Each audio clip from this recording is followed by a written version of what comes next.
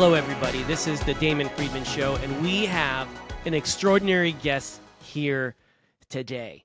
I'm telling you right now, I'm so excited.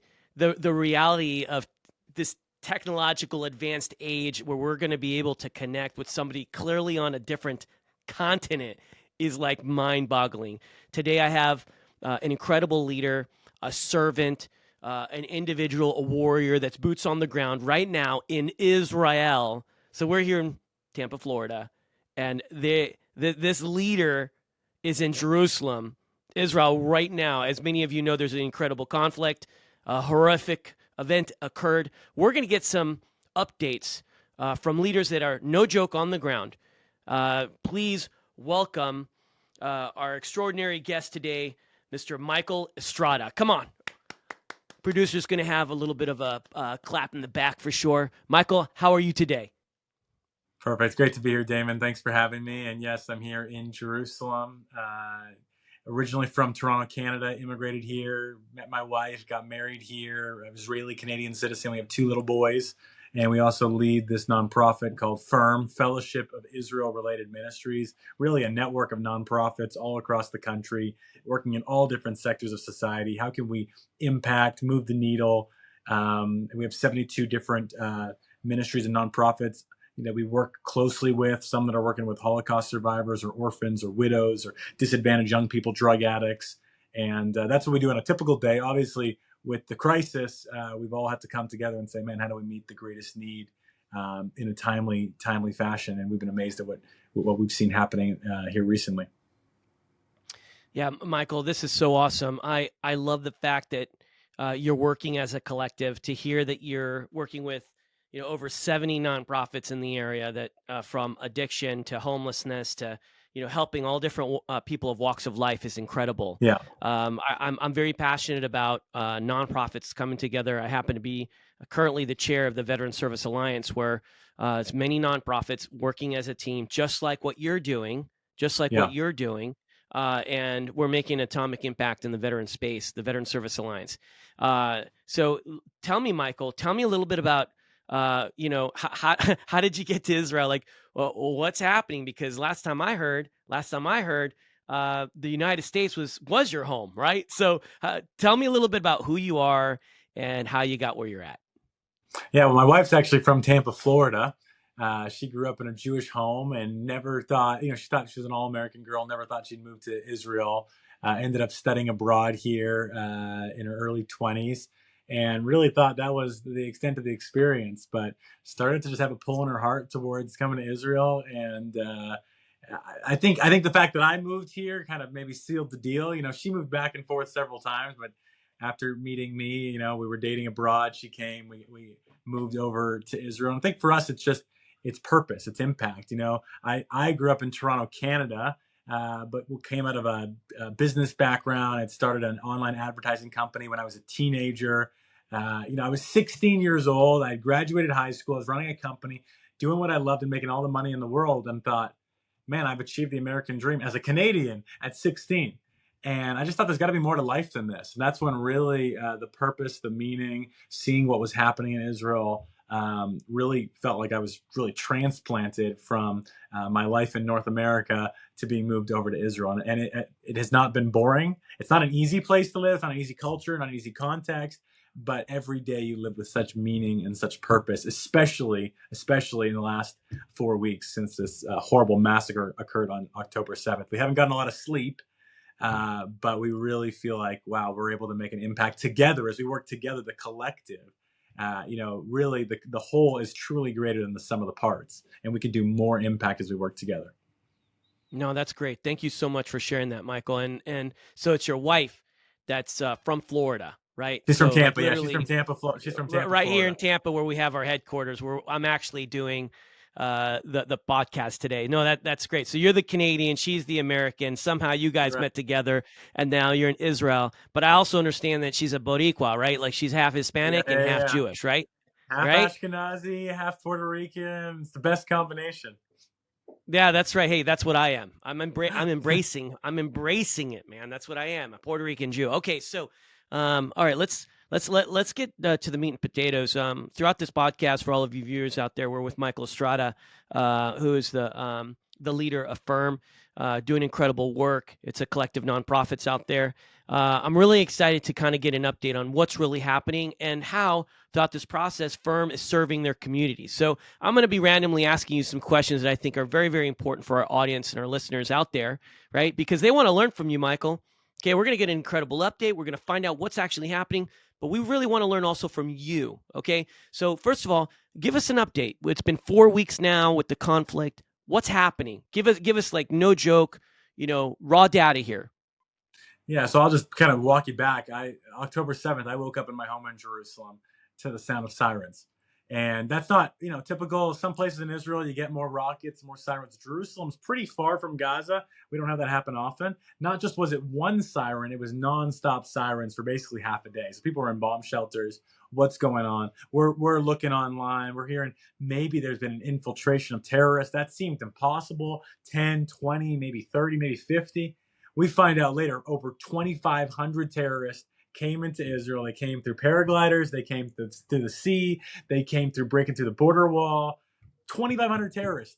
And then we heard the brutal numbers of the massacre. We went to bed on the night of October 7th thinking 100 people died. Now we know over 1,400 people killed. And we're talking about women, children, elderly. I mean, the atrocities. We're even just now finding out some of they took a mother that had her nursing baby, stuck the baby in an oven, baked the baby alive while raping the mother, killing the husband. I mean, just horrible stuff that you think we would read about in history books and say never would we let that happen again. Well, that happened less than a month ago. So that happens. Then we thought, could there be hostages? There started to be rumors on October 7th. Maybe there's a hostage. We thought, no way. The last time we had a hostage in Gaza was Gilad Shalit in the late 2000s. One soldier that was held hostage. He was there for years. And we ended up, as Israel, trading 1,000 Palestinian prisoners for our one Jewish Israeli hostage to be returned. So, I mean, that's our memory of hostages. So when we started hearing hostages, we thought, oh no, is this true? Maybe it's just a rumor.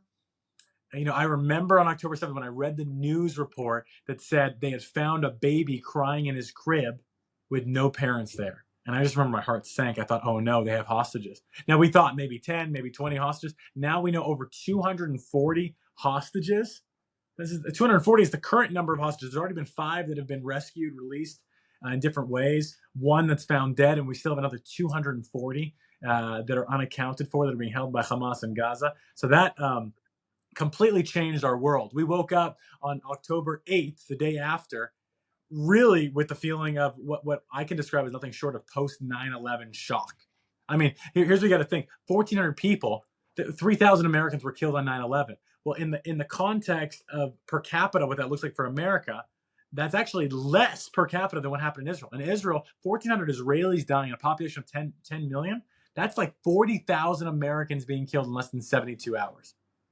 It's mind-boggling, the numbers, the grief, the trauma. And then that was followed with rockets bombarding the entire communities around Gaza, the 22 communities. These people traumatized, they've been displaced.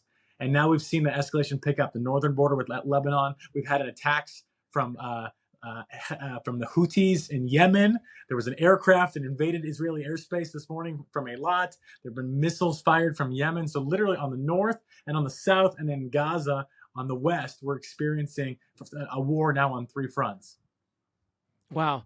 Holy smokes, man. I'm here to tell you, obviously, as an American, you mentioned 9/11, and that was definitely an attack to the United States of America. Every human being, right? Doesn't matter if you're black or white, Republican, Democrat, far right, far left, it doesn't matter, right? Atheist or staunch Catholic, whatever it may be. The reality is that an attack to the nation is an attack to all of the people of the United States of America. Yes. In 9/11. This horrific event that happened with thousands of terrorists coming in and invading and doing such vile and blasphemous things to humanity, to humans, right?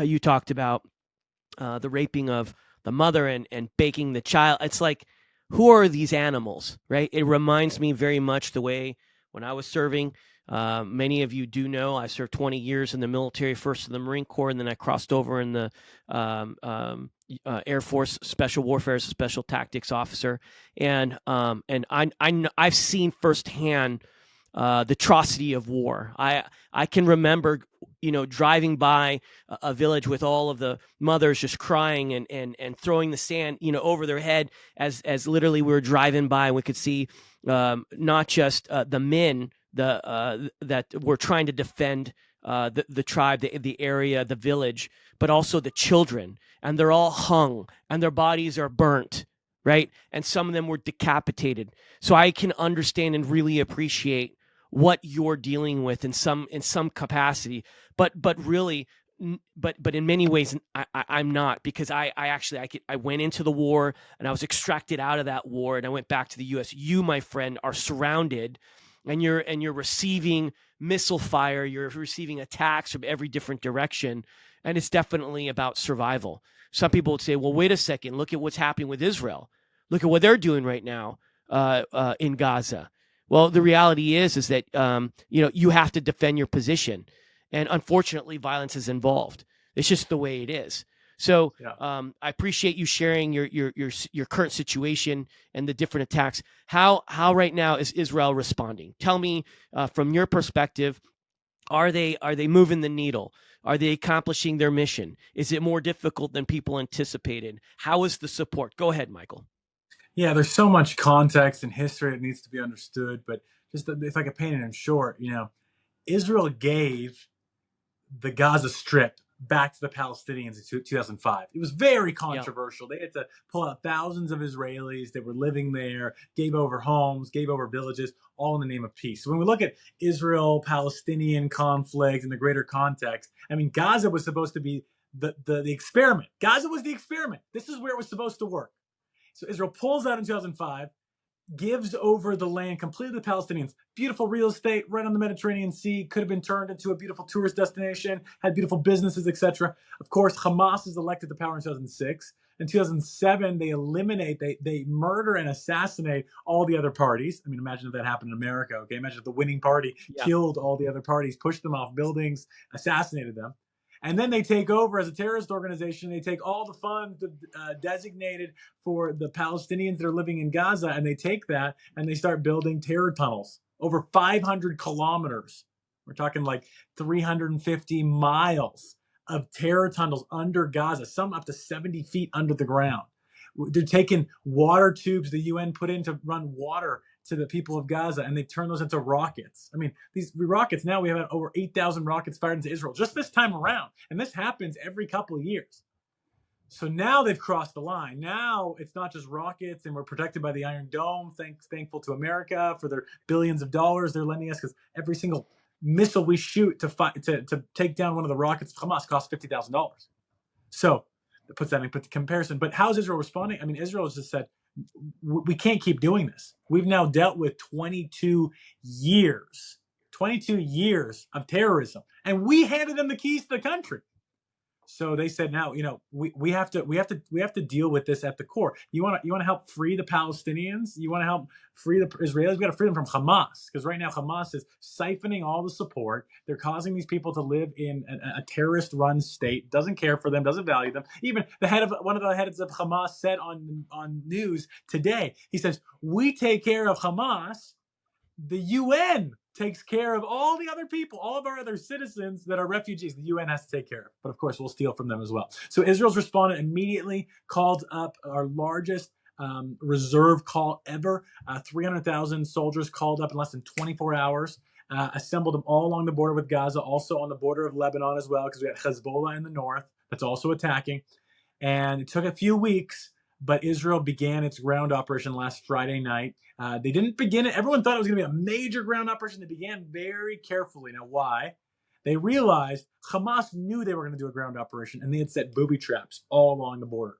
And so what they've done is they've gone in carefully. They've done night raids to help alleviate a lot of the booby traps. Now they've been in for 3 to 4 days at this point, and we've seen no loss of our soldiers' lives. They've been very careful, very strategic. They've already freed one hostage last night. We had the great news that Ori One of the soldiers that was in a watchtower on October 7th, who was kidnapped by Hamas, now has been freed. She's now back with her family. They're continuing to look for hostages. And what I think they're actually doing something really smart. They're coming into the north of Gaza at the Erez crossing, and they're surrounding Gaza City in the north. They've already told all the civilians to evacuate to the south, to Khan Yunis. And so people have had now 2 weeks to evacuate. They've evacuated. They keep reminding people to evacuate, but they're cutting off the city. They're all of a sudden surrounding Gaza City. And then we know they've now identified Hamas's headquarters is under the Shifa hospital in Gaza City. So they're slowly but surely cutting off Gaza City from the south where all the civilians are, and they're making their way towards Hamas headquarters. You know, it's not surprising at all. It really isn't surprising at all that their headquarters, if in fact this is true, right? If it's true, right? I am not surprised at all that they have their headquarters underneath the hospital.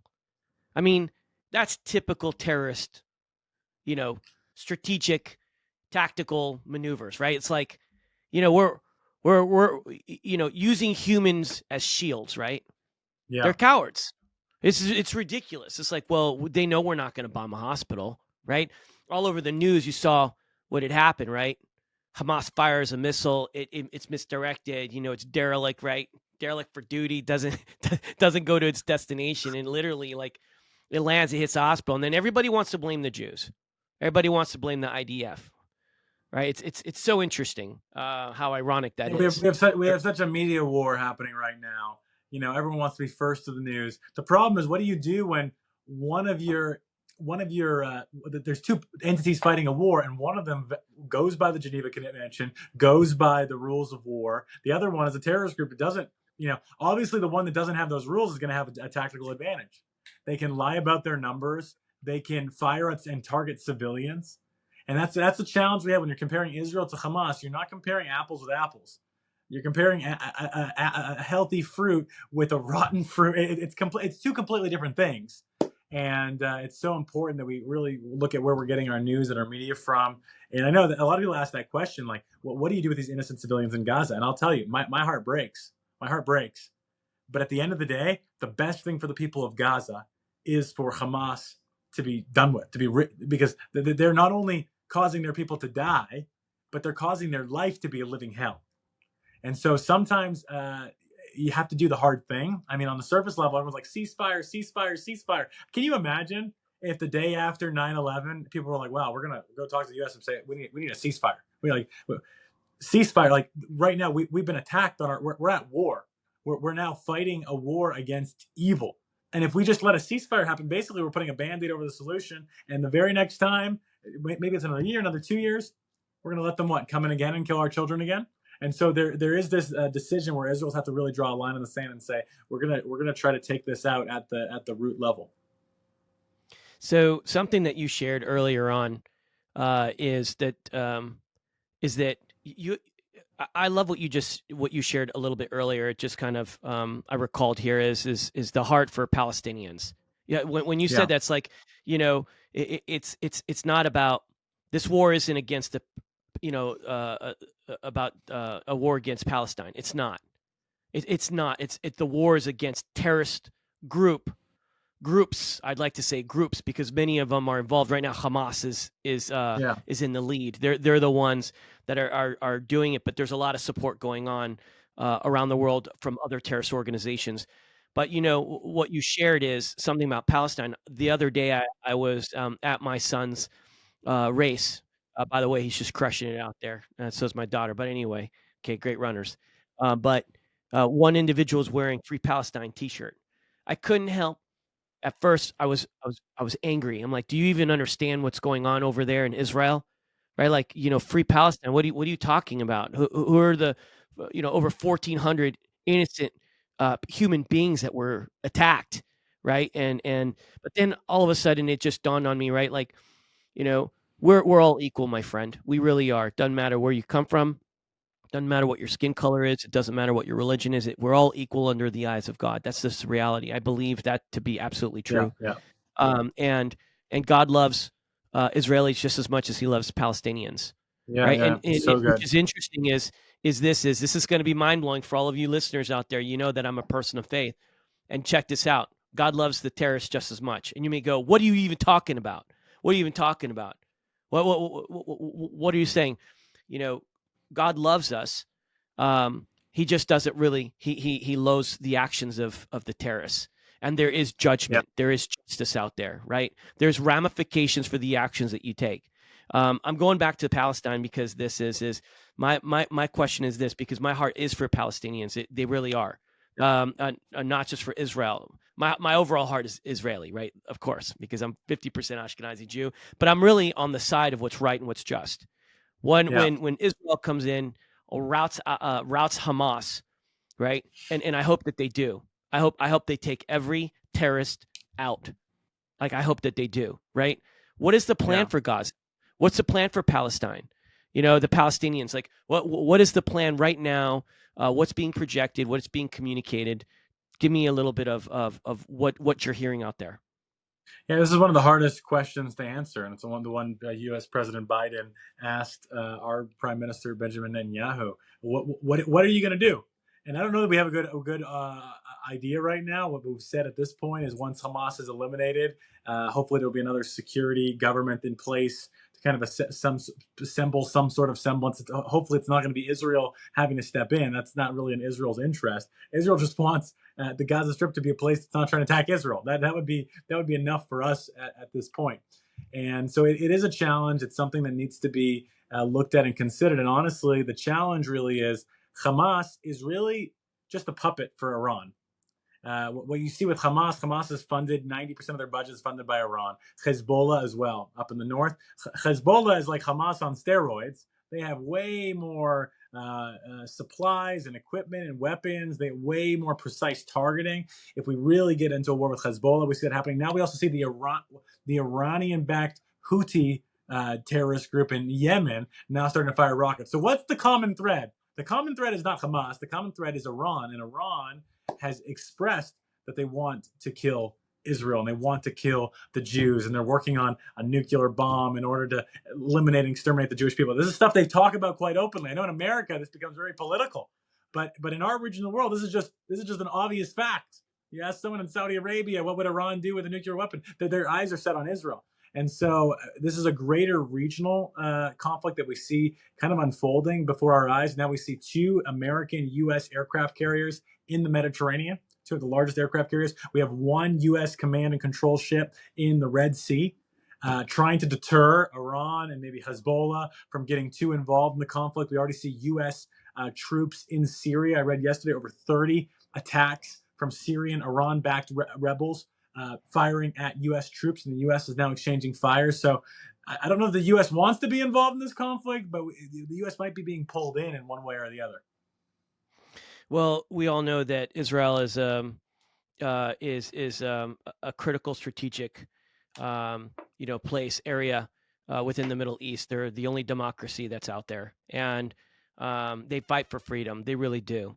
And it's unfortunate because some people here on U.S. soil is disagreeing with some of the extreme actions of Israel right now. But I will tell you that if we had another 9/11, yeah, because I'll tell you, after 9/11, the majority of Americans were like, go find out whoever did this and go kill them all, right? Go out there and punish them. Of course, 20 years later, people forget. You got a new generation. Then you have pro-terrorist student organizations marching around. That isn't freedom of speech. Just throwing it out there for all the people out there. There is a line that people are crossing over, and elite institutions are not standing firm. I'll tell you this much: if the Ku Klux Klan, the KKK, you had a student organization that was pro KKK and then marching on campus, they wouldn't have it. And I don't understand how that's any different from KKK to Hamas and what they're doing. I understand war; it's a conflict, and it's really unfortunate that the United States, especially and particularly these elite institutions, these Ivy League schools, are not taking a stand. What are your thoughts on that right now? Because you know that the United States of America is for free speech. We really are, and we are for peace. We really are. It's just unfortunate that you need that. Unfortunately, war is required in order to garner peace. Well, what are your thoughts about what's happening right here in the United States with these student organizations that are pro-terrorist? Go ahead. Yeah, we're seeing this horrible thing happen on these college campuses and all around the world, even with anti-Semitism. So every time there's a conflict, so you see the 1,400 Israelis that were killed, and maybe for 3 or 4 days, that was what the world was focused on.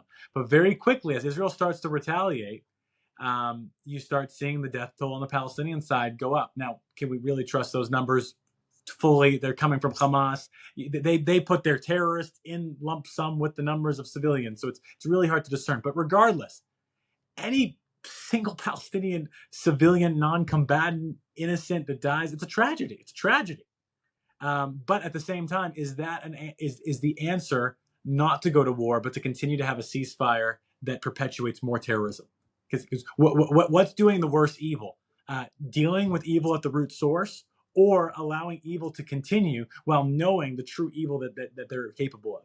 And now we have college campuses that are the amount of anti-Semitism happening is huge. Now they'll say it's not anti-Semitism, it's anti-Israel, it's anti-Israel. But how do you explain what happened in Russia yesterday, where you had a plane landing from Israel? They found out this plane was landing from Israel, and literally thousands of people rushed the plane to lynch the Jews on the plane. Like, how do you explain that? How do you explain what's happening in college campuses where they say, gas the Jews? We're talking about stuff that we saw in Nazi Germany, and now we're seeing this happen today on college campuses, and it's done in the name of free speech. It's done in the name of standing up for the oppressed or standing up for the downtrodden. I think it's really important that we take an honest look at this and see, wow, the spirit of anti-Semitism that we see, it's not new. I mean, we read about this throughout history. We see even in the biblical account of Mordecai and Esther and Haman, the Persian that was trying to wipe out the Jewish people. We see this with Hitler. We see this all through history. Now we see it again with Hamas. So from Haman to Hitler to Hamas, we see this horrible spirit. And I have all the compassion for the Palestinians in Gaza that are suffering. I do, and I want them to be free from that. But in the name of compassion, we have to be really, really careful that we're not inadvertently partnering with a wicked spirit that's trying to exterminate another people. And that's what's so important. So in our name of free speech, yes, let's see freedom for the Palestinians, but let's not see that happen and demonize the Jewish people in order to get there. So, what you're mentioning right now, this is always something very difficult to stomach. The reality is that there are innocent women and children. They're called casualties of war, right? It's called civilian casualties. In a different podcast called Conflict, I discuss this, that the reality is that in war, your innocent people are going to be injured, killed, and it is very unfortunate. But the reality is in order for us to take out the extreme terrorists that are putting bombs into schools, that are putting bombs into marketplaces, that are strapping bombs on females, on women, and having them run into, large populations, a mass amount of people and blowing themselves up. We have to stop them. And unfortunately, it comes at a cost. So you mentioned this because I do have some friends that are Palestinian. I went to school with one, and who's an incredible runner.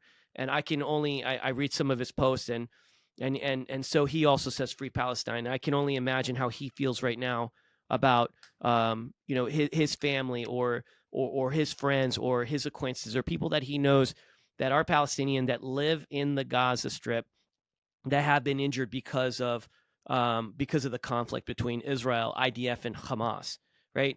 But the reality is you said it right.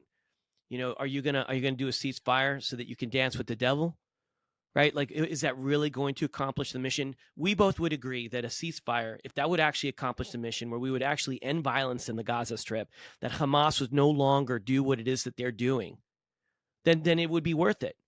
But we've done ceasefires before. I'm saying Israel's done ceasefires before. We've had 9 ceasefires in the last 22 years, and all of them are broken. So right. You can understand the world wants a ceasefire because that gets it out of the headlines, but that doesn't solve the problem. It doesn't solve the problem for the 2.2 million people in Gaza. It doesn't solve the problem for the 10 million Israelis. Wow. Yeah. So 9 ceasefires. Listeners, did you hear that? 9 ceasefires. How many ceasefires do we need to have before we stop? Right. So because the airways right here, especially maybe on a little bit on the left, right? Hey, ceasefire. Let's do the humane thing. It's crazy because people don't know history. I love what you started off with in 1947, the inception of the Jewish state. That's actually how it started. And then you talked about in 2005, fast forward, when Israel says, look, check it out. We've been fighting a little bit here. And what we want to do is we just want to just give this opportunity. We're gonna hand over the Gaza Strip to the Palestinians, and this is prime real estate. All right, and so we're not just giving you some trashy land. Like, we're giving you some good stuff here. This is, the advantage is for you, and we're gonna literally grab all of our Jewish people here. The IDF had quite a feat to protect them, so there would be some moving around. Some Israelis, actually, some Jews actually stayed in the Gaza Strip, right? And they created this space where Palestinians could go into Israel and work. The Yeah. bridge that they established to go into work. People don't realize, especially in the United States, the Palestinians, there's a significant population, tens of thousands that go into Israel to go work, Yeah. right? Like, I Well, mean, and tell us a little bit about that. this is the really tragic thing. We have a heart for peace, and the nonprofits we work with are working with Jews and Arabs, and that's our heart. That's what we want to see happen. We have a heart for unity, for working together. So what people are saying, oh, free Palestine from the occupation. Well, first of all, there's no occupation in Gaza. I mean, Israel withdrew from Gaza, so there's no occupation. They can say stop the siege. Well, Israel lets in tons of trucks of humanitarian aid and goods, and up until 4 weeks ago, we had thousands of Palestinians from Gaza that would come and work in Israel every day, every day. Now, these communities that were attacked on October 7th, the communities all along the Gaza Strip, and I'm telling this story, I'm not trying to paint Palestinians with a bad lens, but I'm trying to explain that the complexity.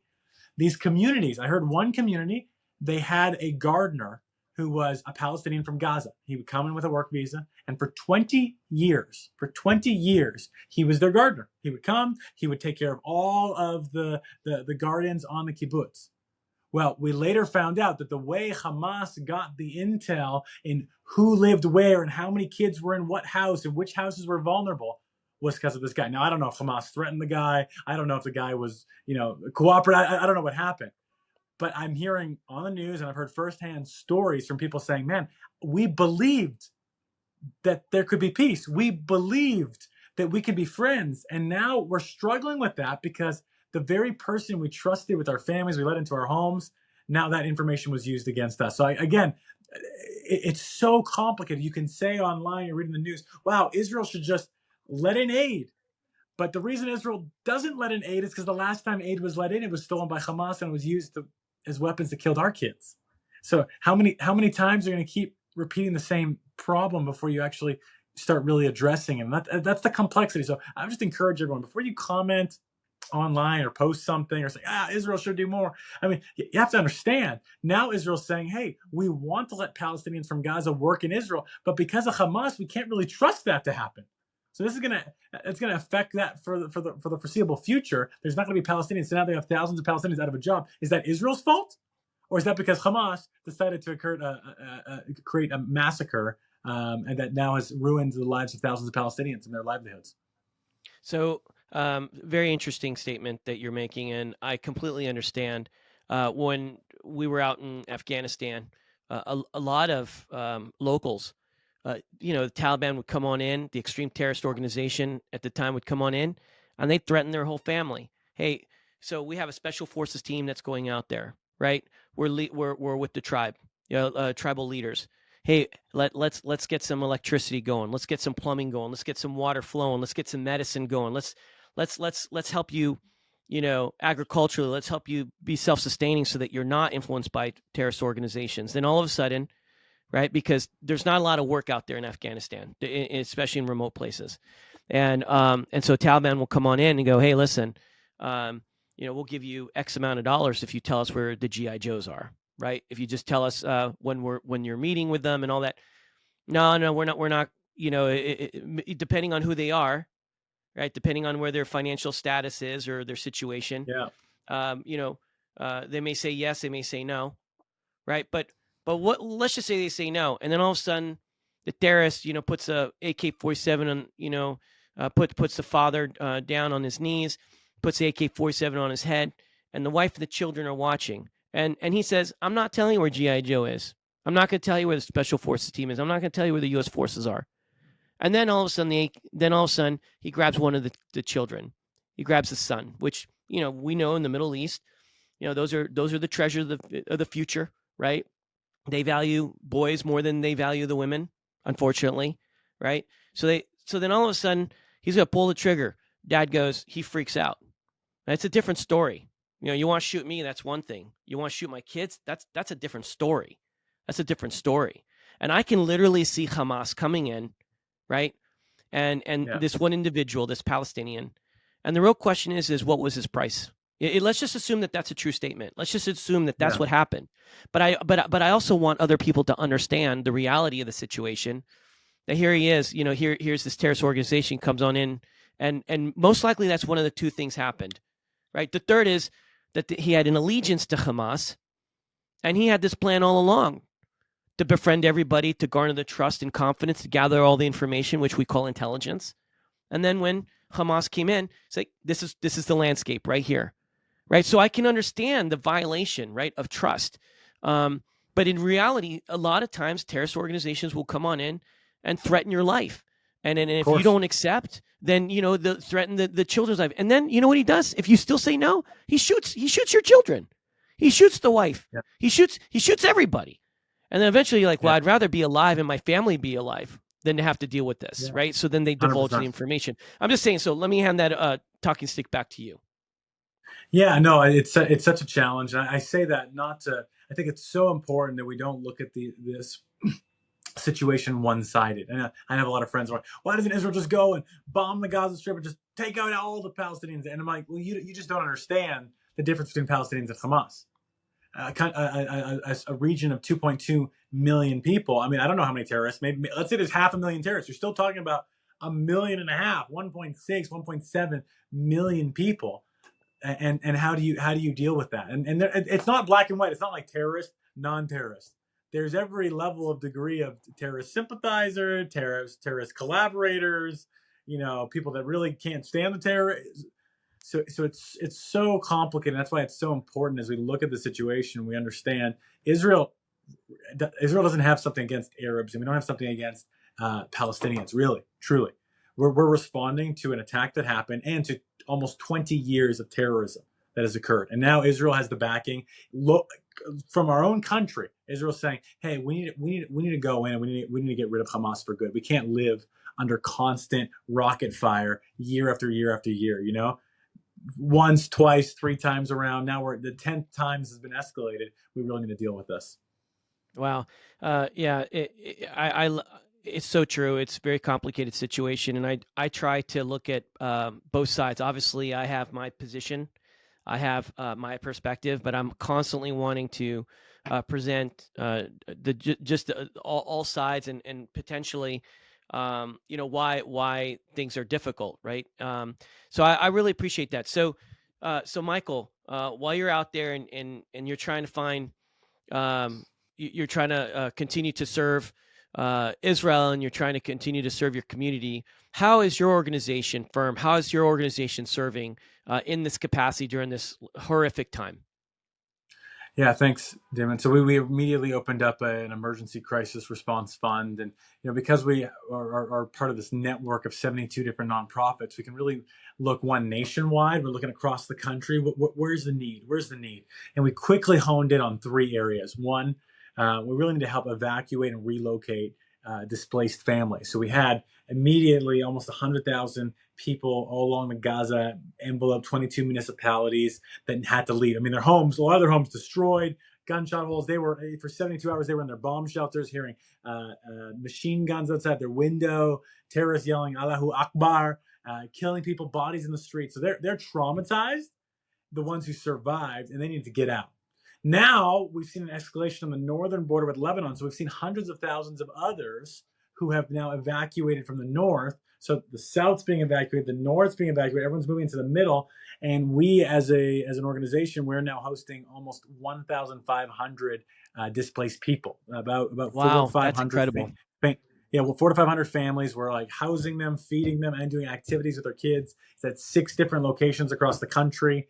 And it's an amazing opportunity to develop relationship, to really care for these people, to not just give them a place to sleep. I mean, that's amazing, and safety, but also just to give their kids a sense of normalcy. These kids come in traumatized. We give them gifts and toys and do activities, started like kindergartens for these children, and doing sports and art and culture and different, just to give them some sort of normalcy. They don't know how long they're going to be out of their homes. Some Israeli government officials are now saying they might be out of their homes for a year.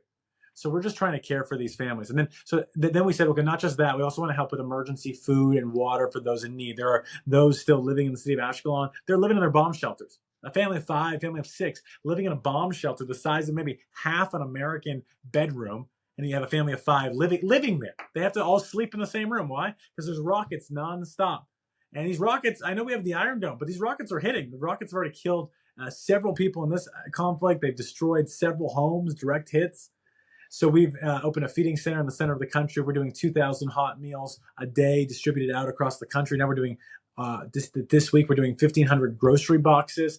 These grocery boxes feed a family of 5. It's like 40-pound boxes that just give them everything they need, going to different people in bomb shelters, the wives of soldiers that are at home with the kids because the kids don't have school. And then we're also providing critical equipment, supplies, mattresses, airbags, sleeping bags, generators, everything that's needed for a lot of these communities that really are without right now. So that's really, we've been working nonstop around the clock through our 72 different local partners to see how many people we can touch and help in some practical way.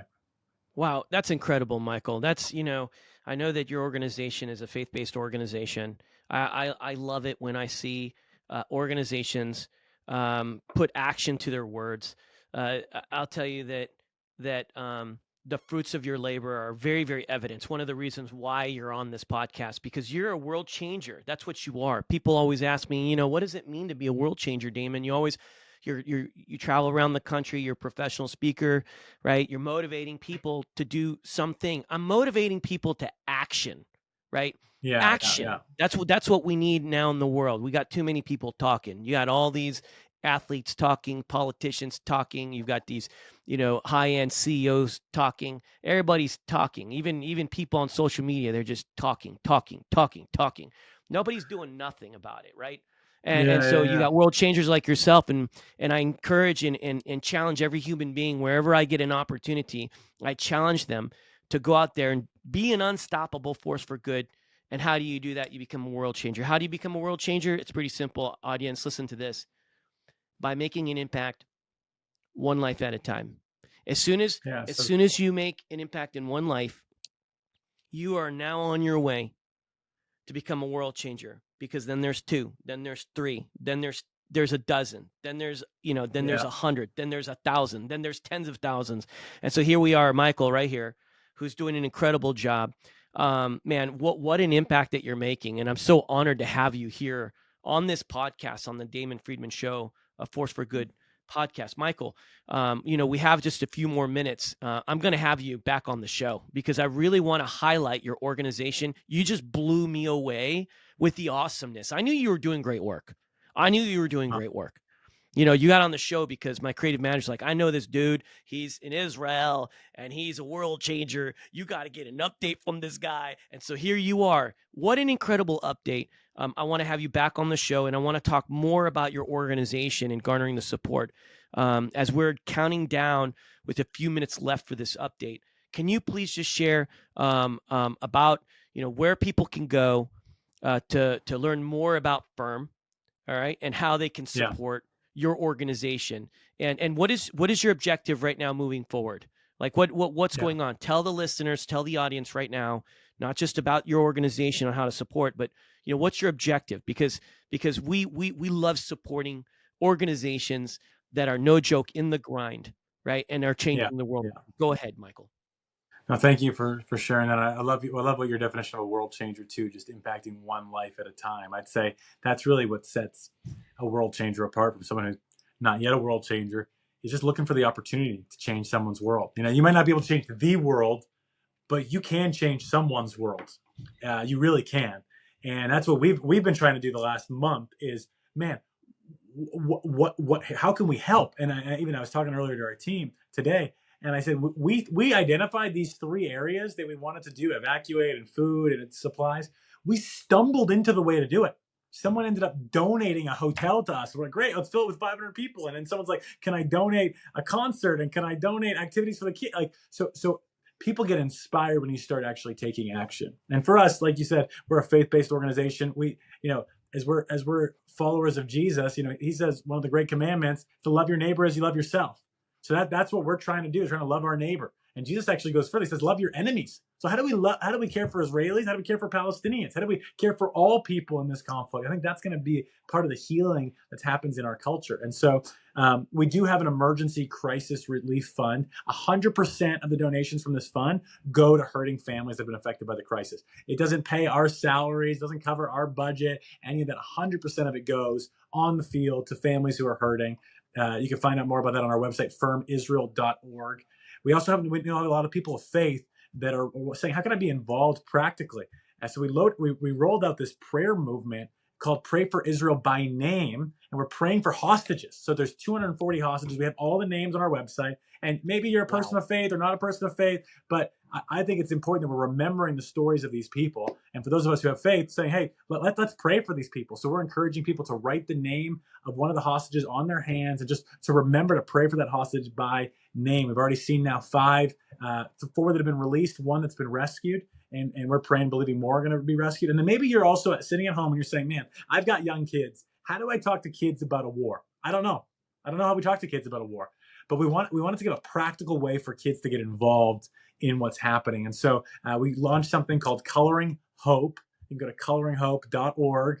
And what we're doing is we're asking kids to draw, color, paint pictures, and they can submit these online. And when you submit these pictures, we're printing them out and we're establishing these walls of hope for these 1,500 people, these 400 kids that we're hosting.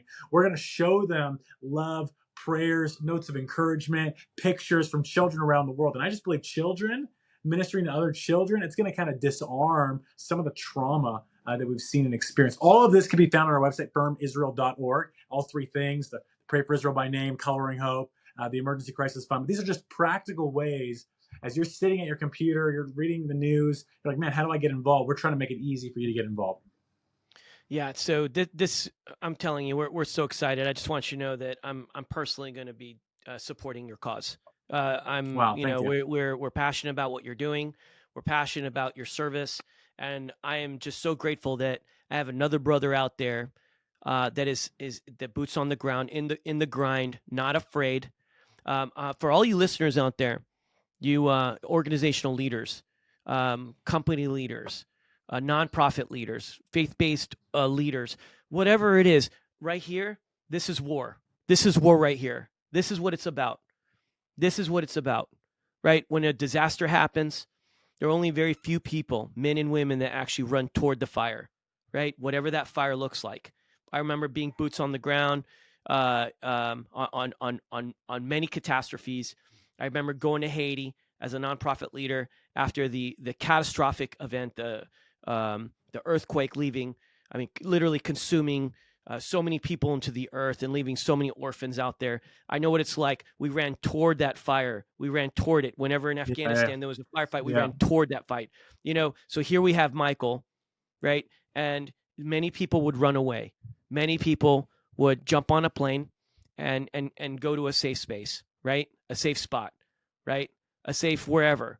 But not Michael and his family. They're out there. They're in the grind. They're serving humanity. They're doing it with love. I love what he's saying, to love, what Jesus said, love your enemies, right? That's a hard one. I'm just going to close with that one, Michael. I'm telling you right now, that's the one thing I struggle with. I really do. And I just think that there's a God in heaven that loves us and knows us by name. And I'm praying for peace. I really, really am. The situation that you guys are in is very, very tough. I'm praying for the Palestinians. I really am. I really am. Obviously, I'm praying for Israel and the protection and the guidance. War is hell, right? I'm praying for you and all the leaders out there that are trying to help the innocent women and children that just are trying to figure out how to live a normal life.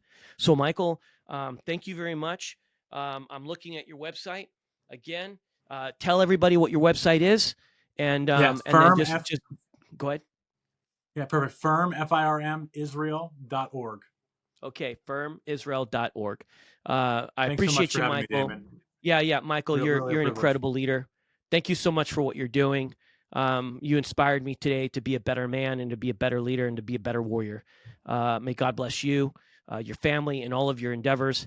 And thank you for coming on the air with us. I'm looking forward to learning more about Firm and the atomic impact that you're making. So, audience out there, please go ahead, connect with Michael and his organization at firmisrael.org. And if you want to learn more about what it means to be a world changer, check Michael out. So thank you so much for listening. Please pray for Israel. Please pray for peace. Pray for the Palestinians out there, right? And may God be with each and every one of you out there.